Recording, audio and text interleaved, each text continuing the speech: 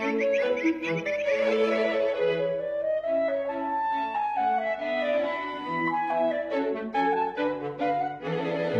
হবিবপুর ভারত বাংলাদেশ সীমান্তের কাছে সিঙ্গাবাদ গ্রাম।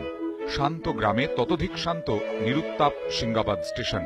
স্টেশন চত্বরে ব্রিটিশ আমলের তৈরি পাথরের স্তম্ভ, স্পষ্ট লেখা ভারতের শেষ স্টেশন।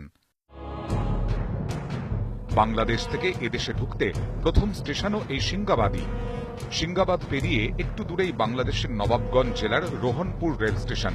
বর্তমানে সিঙ্গাবাদ হয়ে প্রায় প্রতিদিনই বাংলাদেশ যাতায়াত করে পণ্যবাহী ট্রেন, সেখান থেকে নেপাল। গাড়ি নিয়ে সিঙ্গাবাদ স্টেশন পেরিয়ে বাংলাদেশের রোহনপুর পৌঁছন ভারতীয় চালক। বাংলাদেশের চালক পণ্য বোঝাই ট্রেন নিয়ে আসেন সিঙ্গাবাদে। ব্রিটিশ আমলের সিগন্যাল সিস্টেমেই ট্রেন চলাচল।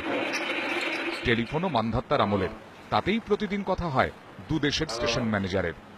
স্টেশন মাস্টার আছে রোহনপুর, হ্যাঁ, হ্যাঁ টেলিফোন করবো, ওই রিং ধরবে, তাহলে যোগাযোগ হবে, কালকে গাড়ি নিবে কি নিবে না, এরকম চলবে। ব্রিটিশ আমলে উত্তর পূর্বাঞ্চলে রেল যোগাযোগের গুরুত্বপূর্ণ মাধ্যম ছিল সিঙ্গাবাদ স্টেশন। এই স্টেশন হয়ে কলকাতা ঢাকা যোগাযোগ। স্বাধীনতা আন্দোলনের সময় এ পথে বহুবার ঢাকা গেছেন মহাত্মা গান্ধী, নেতাজি সুভাষচন্দ্র বসুরা। একটা সময় দার্জিলিং মেল সহ বহু গুরুত্বপূর্ণ ট্রেন নিয়মিত ছুটেছে এ পথে। এলাকার প্রবীণদের স্মৃতিতে আজও অমলিন সেই রেল কথা।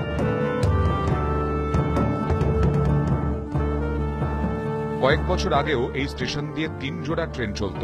শেষবার চালু হয় স্বল্প দূরত্বের এক কামরার ট্রেন। গত 6 মাস সেটাও বন্ধ। ক্রমশ গুরুত্ব হারাচ্ছে সিঙ্গাবাদ। উঠছে ইতিহাস সংরক্ষণের দাবি। আমরা যেটাকে বলি যে এই যে হেরিটেজ বিল্ডিং, একটা যেটা স্টেশনটা এখন রয়েছে, সেটা একটা হেরিটেজ বিল্ডিং হিসাবে সেটাকে প্রতিপন্ন করা হোক।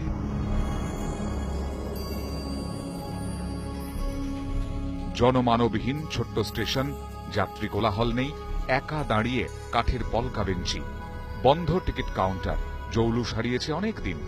আড়ম্বরহীন স্টেশনে আজ শুধুই শেষের অপেক্ষা। ক্যামেরায় লিপেশ লালার সঙ্গে সেবক দেব শর্মার report, ETV news Bangla, Malda.